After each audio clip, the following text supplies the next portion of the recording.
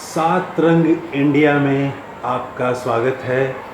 मैं हूं कुमार अनिल और मेरे साथ हैं बिहार पटना पंजाबी बिरादरी के पूर्व अध्यक्ष सरदार गुरदयाल सिंह जी।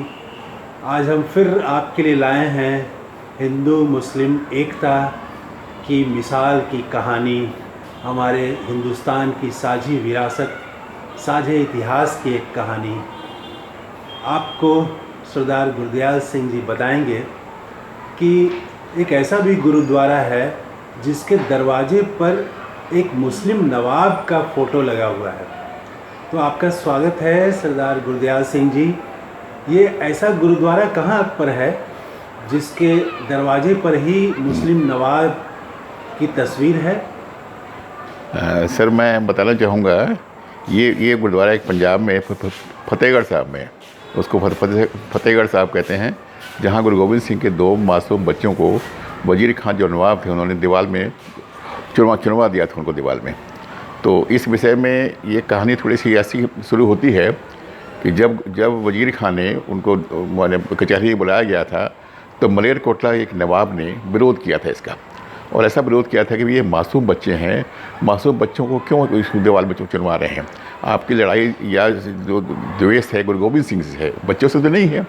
और कुरान में कहाँ लिखा हुआ है कि बाप का बदला बेटों से लिया जाए या वो भी मासूम बच्चों से लिया जाए? तो मैं इसका पुरजोर विरोध करता हूँ, इसको मना करें। ये कह कर उन्होंने वो कचहरी छोड़ दी थी। ये इतनी बात खत्म हो गई, फिर भी नवाब ने बच्चों को, मासूम बच्चों को दीवार में चुनवा दिया था। लेकिन इस घटना को बीत जाने के बाद सिखों में ऐसा उत्साह आया कि वो मुस्लिम समुदाय, जो मलेरकोटला जो समुदाय था, उसको लोग नहीं गुरु घर को पूजते हैं, जैसे गुरुद्वारे को पूजते हैं, वैसे उस गांव को पूजने लगे, उस मलेरकोटला के नवाब को पूजने लगे। यहाँ तक उस गांव के लोगों का सम्मान करने लगे। हाँ, सम्मान करने लगे लोगों का सम्मान को। और ऐसा सम्मान हुआ कि 1947 के बाद, आज से ये घटना आज से 340 वर्ष पहले की है। 340 वर्ष से अब तक ये 1947 के पार्टीशन का भी, उसमें बंटवारा का भी जिक्र आया, सब कुछ हुआ, तो कभी भी वहाँ सांप्रदायिक दंगा हुआ ही नहीं। अच्छा, 1947 में भी वहाँ कोई दंगा नहीं हुआ। हाँ। किसी मुस्लिम पर कोई हमला नहीं हुआ। हाँ। किसी हिंदू पर कोई हमला नहीं हुआ। अच्छा। तो आज वहाँ पर क्या है उस गांव में? ऐसा वहाँ की आबादी अभी 60-40% है। 60% मुस्लिम हैं और 40% में हिंदू और सिख रहते हैं। और जितने भी तीज त्यौहार उनके हैं, चाहे वो मुहर्रम हो, ईद हो, होली हो, दशहरा हो, सब मिलजुल के मनाते हैं और सब मिलजुल कर बढ़ चढ़ के भाग लेते हैं। और मैं देखता हूँ कि ऐसी सद्भावना कहीं भी भारतवर्ष में और आपको कहीं नहीं मिलेगी। कभी भी देखने का मौका मिले मलेरकोटला जाने का आपको, तो एक बार अवश्य जाएँ वहाँ, और वहाँ हिंदू मुस्लिम एकता एक मिसाल देखें आप, एक मिसाल कायम है। अच्छा। तो वहाँ अभी भी लोग मिलजुल के रहते हैं? बिल्कुल।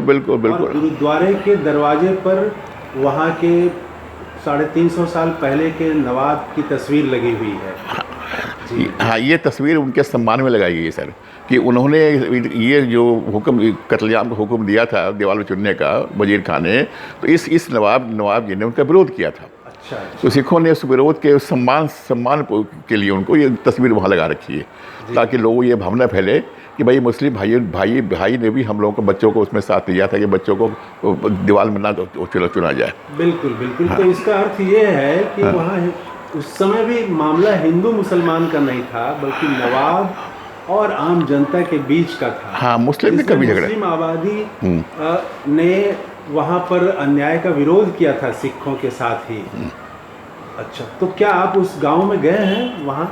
सर, मैं गाँव में भी गया हूँ और जो फतेहगढ़ साहब गुरुद्वारा है वहाँ भी गया हूँ मैं।